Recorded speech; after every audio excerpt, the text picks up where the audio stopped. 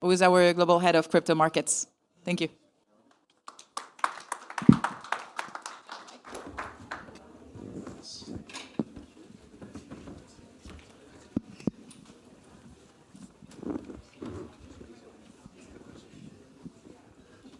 Ready?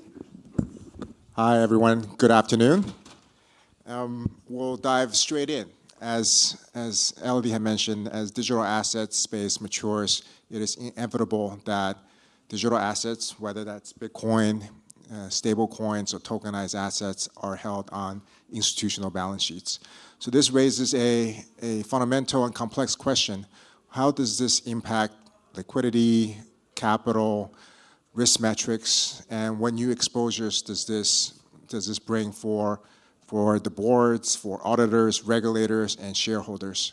So today we have a panel of industry leaders here operating in different capacities and different jurisdictions here to discuss the implication of integrating crypto onto institutional balance sheets. And to start off, I think an obvious challenge is that most or many crypto assets, digital assets, are volatile, and that creates an obvious challenge in terms of risk management, valuation, and auditing. So we'll start with you, Thomas, regarding B2C2. Since B2C2 is a leading institutional crypto liquidity provider, what is the setup at B2C2 in dealing with crypto on institutional balance sheets? Hello, everyone. Thanks for listening to us at nap time. It's always a challenge. What's the difference? To be fair, I think first you have to distinguish an asset class and a technology. It starts here. So there's the asset class, Bitcoin. Is it an asset class? I'll leave everyone to their own opinion. And then you have a technology. And it matters because when you think about balance sheet, the questions when we ask what are the risks, what's different is how we move value, how we recognize value, how we monitor value. For example, for us to know where our balance sheet is, the only thing we have to do is we have to ping our wallet, and it'll tell us exactly how much money we have. We don't need third-party reconciliation. We don't need another person doing it. We don't need to look at transactions in transit for people who are treasury managers. We just look at what we have on wallet. And even if it's in transit, because transfers are now atomic, it's on chain. So you can track exactly where your money is, where it's going to land. So the first piece is, well, the way we look at balance sheets is different from how it's done in TradFi. The second piece is operationally, it means it's different. You move value differently than you would move in TradFi. In TradFi, the process is systematically instructing a third party to operate the transaction. Please move my money from here to here.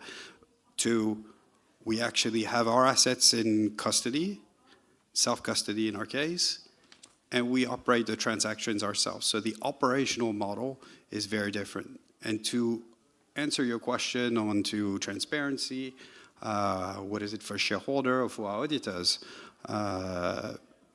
They have to get used to a new way of figuring out what we have on balance sheet. Yes, you need to read my wallets to figure out, but the converse of that is it's also once you understand how this works, it's a lot easier than it is in TradFi. I'll come back to how much money do I have? I just have to look at my wallets. Again, I'll come back to the corporate treasurer today. It's a nightmare to figure out how much money you have because you have so much money in transit, which shows up neither at your initial bank nor your end destination, and you just have to keep your own register of where the money is. It's actually quite hard. So I'd say it's novel in the terms of technology, but the benefits are unambiguous for us as a market maker when it comes to Bitcoin, but more generally for adopters of blockchain when money is on chain, stablecoins, so on and so forth, which will apply to corporate treasurer, for example. Oh, thank you for that. Some positive implications. It's very, very good to hear. Then Melvin, at QCP, offer crypto trading services, investment services. How is the setup at a QCP? Any similarities and differences to what Thomas has just described? Hey, good afternoon, everyone. Yeah, I think what we've kind of basically described as infrastructure pretty much remains the same. What we struggled with in the original parts was convincing the auditors, because if you're a traditional auditor, I think whatever we've been trying to do from an infrastructure on wallet management, taking balances, it's very, very unusual, because any corporate treasurer would always look at it as my statement from my bank or my custodian is the word of truth, and the auditor has a lot of difficulty trying to get that. So we actually had to design processes alongside the auditors to define what is that framework. I think what Thomas has kind of talked about specifically is really from a corporate treasurer standpoint, your actual understanding of your balance sheet is not 24 hours ago.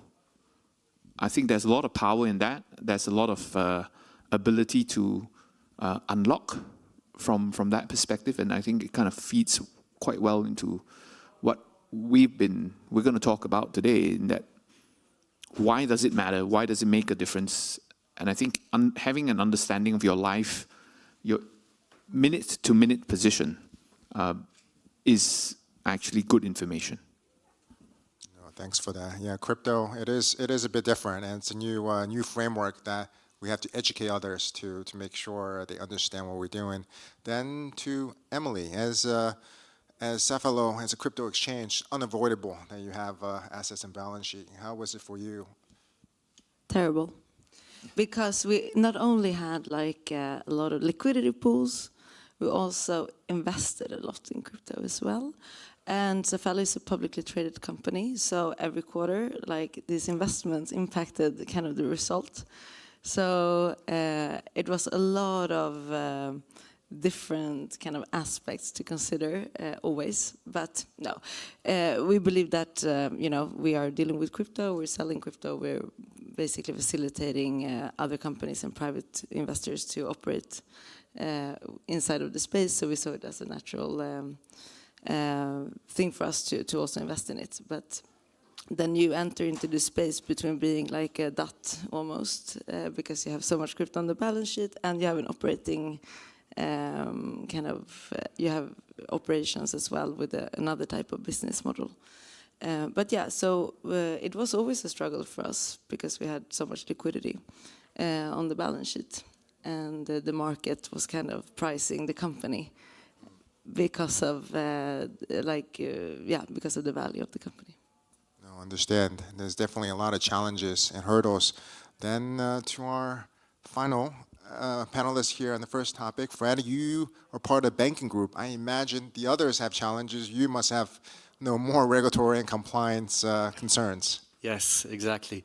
So maybe not everybody in the room knows Exarch. So Exarch is the crypto subsidiary of Group BPC, which is the second largest retail banking group in France. And our goal is to bring the crypto asset class to our clients, starting with retail, which brings some challenges. So I'm coming from the TradFi world, of course, and I'm embedded really into how our group works, including consolidation, capital requirements, and so on. So holding cryptos on balance sheet at some point is going to, get consolidated and bring a capital charge against it, which is, as some of you might know, 1,250%, which is 8% of capital, which is huge. That's dilutive to the tier 1 capital. So our goal in what we're doing and how we have set up operations is to actually limit as much as we can cryptos that we're holding on balance sheet. The thing is, so our services are custody and trading services for our clients, but we have to hold crypto. So if everything was smooth and no regulator would look at what we are doing, we would only have cryptos from clients off balance sheet. However, that's not how the world works. We have to execute trades on behalf of clients, and we have to settle them.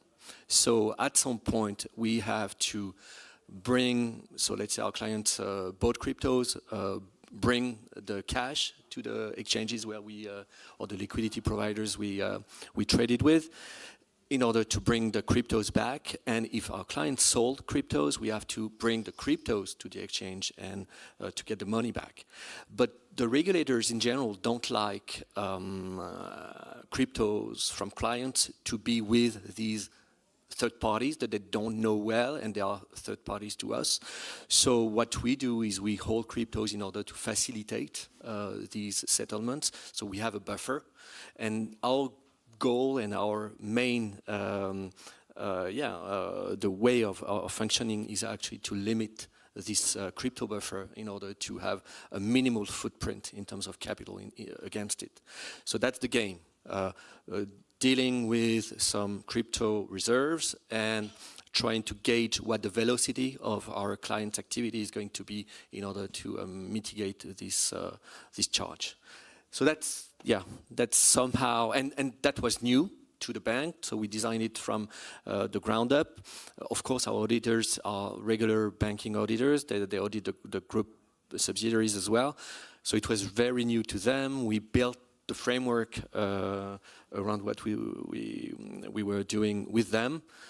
They were good about it, but that brings some challenges and some revaluation on a quarterly basis. So in general, you don't value mark to market, so you value lower of cost of market. So you bring an impairment if the market went down, but you don't get the benefit if the market went up. So you have to account for that as well. So that's, tricky. Thank you for that. And maybe a quick follow-up. In terms of framework for, we can set aside maybe stablecoins and tokenized assets for now, but even in crypto, is there a difference in the framework and treatment for, say, Bitcoin versus the top 5 versus the top 100 assets in terms of requirements? Well, there is that capital requirement against about the hedges. So if people look at the Basel framework for cryptos, you have 1A, which are financial instruments being tokenized. 1B is stablecoins in general. 2A are cryptocurrencies which have some kind of liquidity and recognition of the hedge, and 2B, which are the rest, for which you don't recognize any hedge at all. Even for 2A, so very liquid, where an ETF exists, for example, you have some kind of hedge recognition. However, it's not very huge, so I think the net position gets accounted for, or you have a capital charge of 65% or so through Basel, which is, so let's say you are a bank, you want to issue an ETF, you're going to have to hold the cryptos as a hedge. Even that, because you issued the note against the crypto collateral, you don't recognize the full hedge, so it's not very practical, economically speaking, to do that on a bank balance sheet. So that brings some challenges, yes, in that respect. I see. And how about Melvin and Toman in terms of these different levels of crypto and their different liquidity? Any different treatment or setup for the different crypto assets? Yes, for sure. It's not about regulation, about risk management. And when we have assets, derivatives on tokens which liquidity is low, the requirements that we impose ourselves are vastly different in terms of capital. If you take an asset like Bitcoin, we in our world, we believe the liquidity is very vast, and it will allow us to take large positions, request capital from clients that is fairly small. If we get to token, which name are not famous and liquidity is not deep, it'll be the opposite. We'll be restrictive on what clients can do, what credit we extend to clients, so on and so forth. Thank you. Melvin, thoughts? Yeah, I think capital requirements actually do differentiate when you're running different types of businesses, and I think Fred's really got the toughest. Then Emily, then maybe then Thomas, then myself, right? But But when you think about that is actually fundamentally one of the bigger issues to that effect. And whilst others are saying that not marking the balance sheet to market is a good idea, we actually go the other way. Having a fully mark-to-market balance sheet actually does resolve a lot of imperfections when it comes to your capital management, and it kind of simplifies the way you look at it. And the reason is because if you, for example, as what Fred was talking about, you run a hedged position, your capital you could be redeployed, but the reality is that there's a liquidity impact that you're discounting. When you put on a hedge, then you've also taken a view that this is a long-term position. Whereas if you run a mark-to-market business, you tend to be a bit cleaner. It took some time to convince auditors to actually accept that, because it wasn't that long ago that Bitcoin was only treated as property. And having to get them to agree to an idea of, I want to mark-to-market my whole balance sheet is quite challenging. And I think there is a value in that. And because if you think about what blockchain was supposed to do, is to create instantaneous, real-time kind of activity. Can you imagine if you took your accounting back to the dinosaur age and live on the blockchain? I think it'd be quite odd. Yeah, a lot of plumbing and nuances kind of under the surface that the panelists here have to really deal with and work through.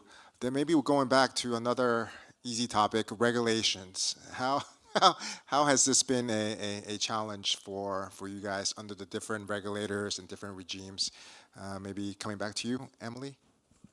Yeah, well, it's been super challenging. So for you that doesn't know me, I'm a lawyer, but I've been the CEO of the largest crypto exchange in the Nordics for the past 4 years.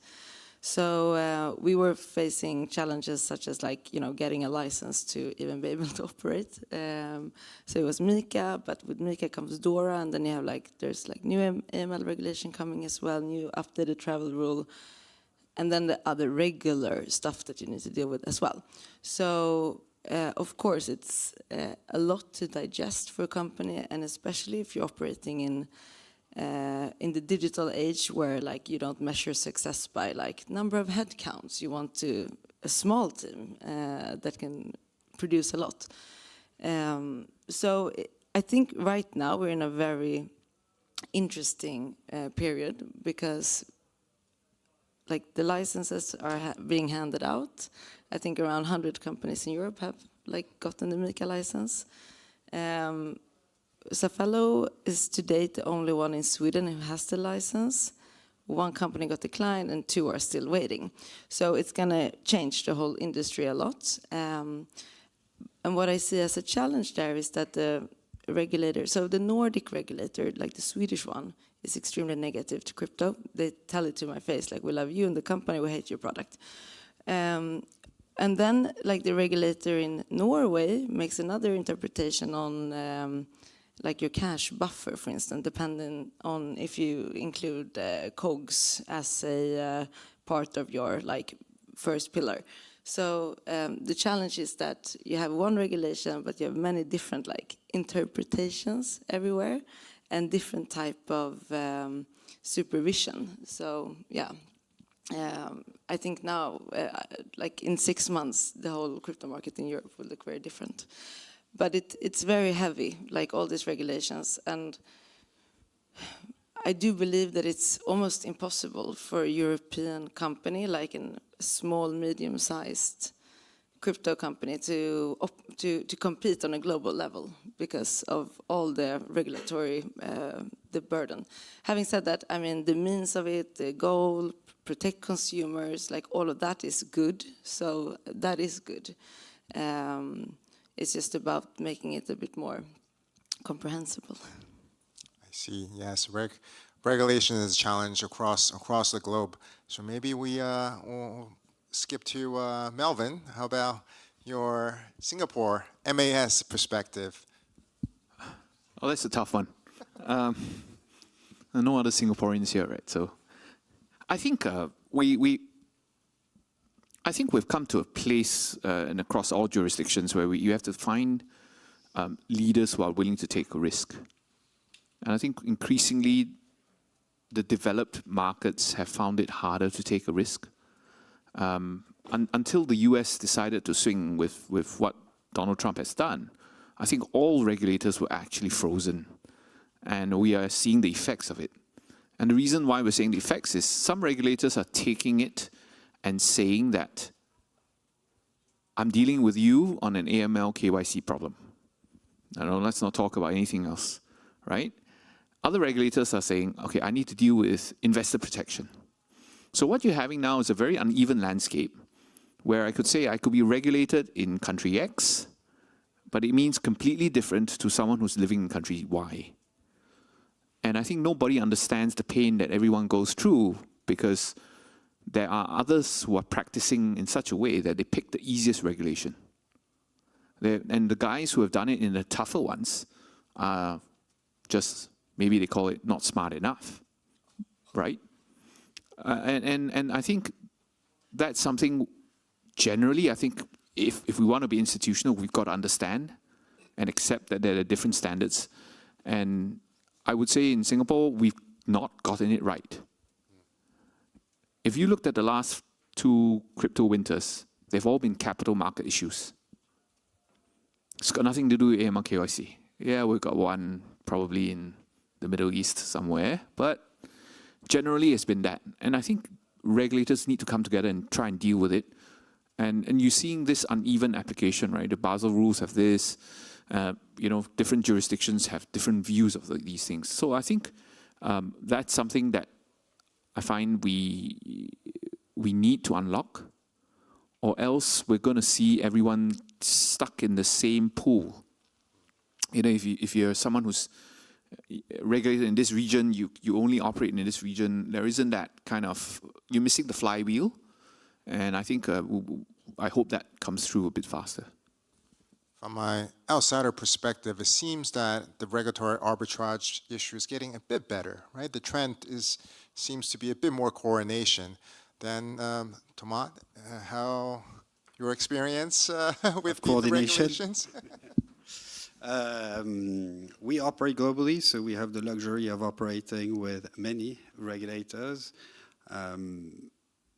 The common layer, as was rightfully mentioned, is the AML KYC. That was the first problem, and probably the easiest one because it had very little to do with the actual blockchain. It was origin of funds, who are you, rather than what are you doing with the funds. There is inconsistencies globally because they perceive the risk to be different. There are industries that they are safeguarding that are different. The participants are different.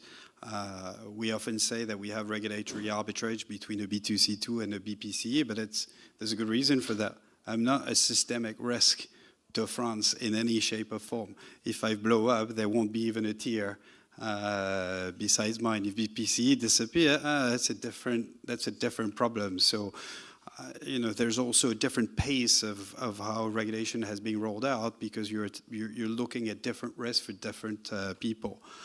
Of course, it sounds unfair, but there's a good reason why Basel is what it is, and we're not subject to Basel. To be clear, it doesn't mean we don't have risk policies and we don't manage our risk and we don't have buffer of capital, etc. It means they're not enforced on us. We've been there for 11 years. We're fine, healthy and happy. So we have taken care of our own risk in a diligent way. But true that there is a arbitrage, I'll say difference, because normally you shouldn't be arbitraging regulators in different regions. But there's certainly different views, different interpretation, different risks, different requirements. Even within Europe, MiCA in 2 countries is not the same. Nobody will like me saying that, but it's just a fact. I agree. And it's supposed to be the same license. So if it's the same license, go to a place that is not going to be as hard on you as others would be. I don't think this is arbitrage. This is natural choices that we have to make. Some fragmentation and even within the same regulation, I think. but one example is like a year ago, everyone thought like, okay, we're getting a license in Malta and Cyprus because that's going to be easier. And they started handing out the license. And then, you know, it goes so quickly in this industry. So then the rumor goes. And then France was like, oh, if you're passporting from Malta, we're not going to accept it. So because they don't... Not only France, Germany, Okay, and as an example. Italy, I think. And then Malta shapes up. They're like, okay, yeah, of course they shape up. I went there, met the regulator, and they're good and they're competent. But then now the tables have turned. Like the rumor in the market is like everyone goes to Vienna to get an easy license. And, you know, and soon it will be the next thing and next thing. And then I meet with the regulator of Sweden and ask, what do you think should ESMA just supervise everything? And I'm like, of course, like ESMA should supervise everything because it really doesn't make sense that you try to like forum shopping, get your license in different places, Thanks. Can I chime Fred, in on this of course, one? Right. yes. So You have a lot to So say. what the angle I heard on your our ego side when I is said that different. France. So the angle is we have, as Thomas was mentioning, we are a JSIB. So compliance is paramount to whatever we do, and it was very thought through to launch this kind of offering, and it was no question that it had to be done in the most compliant way. So that's why we went for the optional license for PSAN, so the French regime. And of course, we needed to get the MiCA license as soon as possible, right? To us, it's somehow, as it was mentioned, an uneven, an unfair game because we are made for regulation. So that's what we do. That's how our enterprise is built on our corporation, and the fact that the teams around us help us be compliant, be more compliant, or ensure compliance. But as it was mentioned also with Emily, the regulation layers add up very quickly. So there is one that you did not mention, which is the recent EBA ruling. The no action letter. Well, the end of the no action letter for PSD2, PSD2 and MiCA for stablecoin transfers, namely, which are seen as payment services. So we have to get another license, which is a payment service provider, which adds to the table. And for us, that's something that we're going to do, of course. But for others, that means another burden. And I don't know if you have these numbers in mind, but what AMF in France has said is that between 2/3 and 3/4 of the existing entities which had been licensed under the PSAN regime won't get the MiCA license because it's too tough for them to get and to hold over time, which is terrible for the industry, I would think, for competition and so on. Not so problematic for us, but still that raises the question of this burden must be somehow impeding innovation. Okay, perhaps we switch gears a little bit from this slightly painful subject. Perhaps the audience, when they saw the topic of this panel of crypto on institutional balance sheets, were thinking about digital asset treasuries. I know none of us on the panel are working on or part of that, but perhaps some of you guys can share some thoughts regarding on this these companies and the future of that. Anyone? In what respect? The business model? Well, you have a lot of them. I think the first question is how did they exist in the first place? And how they existed was an access conversation. It wasn't about is it better to hold a Bitcoin on your wallet or on an equity format. It was a large number of participants, so people who wanted to get exposure had no other option.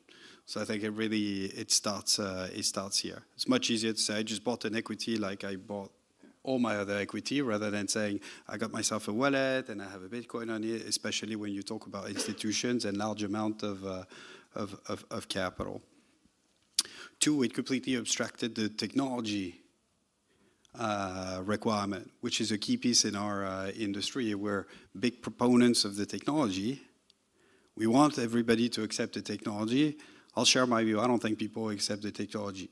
I think we will abstract it from people. And then suddenly when you get into the DATs, they've done the job of getting custody and everything that's required for digital asset custody. They actually manage the treasury. They leverage on one side the equity market to raise debt or equity instruments and these type of known mechanism. And against that, they try to generate the benefits from a new ecosystem, which is Bitcoin and other assets, and the benefit. And then they manage the treasury. They leverage DeFi. They will leverage other derivatives product. Of course, the big question mark will be: is it a hedge fund or an asset manager? But that's not for me to decide. Yeah, I wanted to add on what you just said, because I totally agree. And the fact that, does it make sense to have a hedge fund with only one single asset in the fund, right? So that's my take on it, is that it's very limited strategy and no pun intended. But the fact that it's so, sensitive to that valuation threshold that they have, the cost basically of the underlying book, and they can get liquidated if in some way they cannot refi when the time comes. So that's a bit scary to me. I think the big risk is the lack of education, right, in general. This has been an exercise of just people chasing the volatility and chasing the narrative quite a fair too much. And I guess it's also where you can raise liquidity to achieve those outcomes. So a lot of the DATs have great objectives, but they don't have good long-term strategy, right? If they've hit the first milestone, they raised the capital, they've held the underlying asset, and now we have a situation where the underlying asset doesn't go up, it goes down. Great.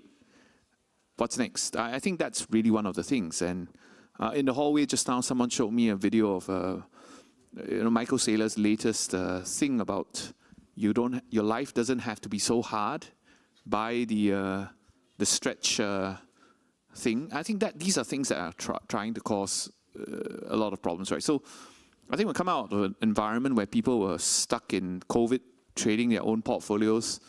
Then you had GameStop, and every other thing now is a GameStop event, right? So I think that's really where we have trouble. And unfortunately, the asset class that has the greatest amount of volatility is being utilized as the bad boy in the room. Well, let's be honest, right? Crypto hasn't had the kind of volatility that gold and Brent has had, but they don't get that kind of bad press. So I guess it's that kind of thing that we're stuck with, that collectively as an industry we have to fix. Emily, any final thoughts? Well, on that, I'm pretty ambivalent, to be honest. But I kind of agree, like with the other panelists here, and also what Thomas said was, I mean, you're just adding a lot of extra layers of risks if you want exposure to Bitcoin, let's say, and then you buy, shares or equities in a company who has exposure, and then you need to trust that their team is managing the crypto correctly and so on. So yeah, it's interesting, and also how, I mean, if you invest in that, you do it, I guess, because you want a premium or rebate. But it's interesting to look at, like, some of these firms. They announced, we're going to do a digital asset strategy, and like the pattern was that their stock went up like a lot day 2, 3, and then it like went down again. So it was more like a hyped event, and now a lot of these companies are, the correlation to the underlying asset, there is no correlation. So the price of the shares are basically determined by the liquidity of the shares, and not at all by the underlying assets. So like looking back, sometimes it's interesting to like live in these times where this is happening, and you can experience it, and you can also look back to see, okay, what really happened. Most of the dots are now like, they don't make any sense to me, but I'm happy to be challenged. No, thank you. Thank you so much for all your opinions. And I think we're just about out of time. So thank you so much, everyone, all the panelists, for being here. If we can give a round of applause for the panelists. Thank you. Thank you. Thank you very much, everyone.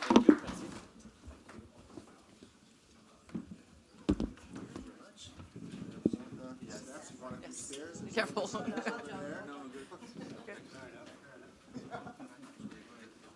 All right, thank you very much.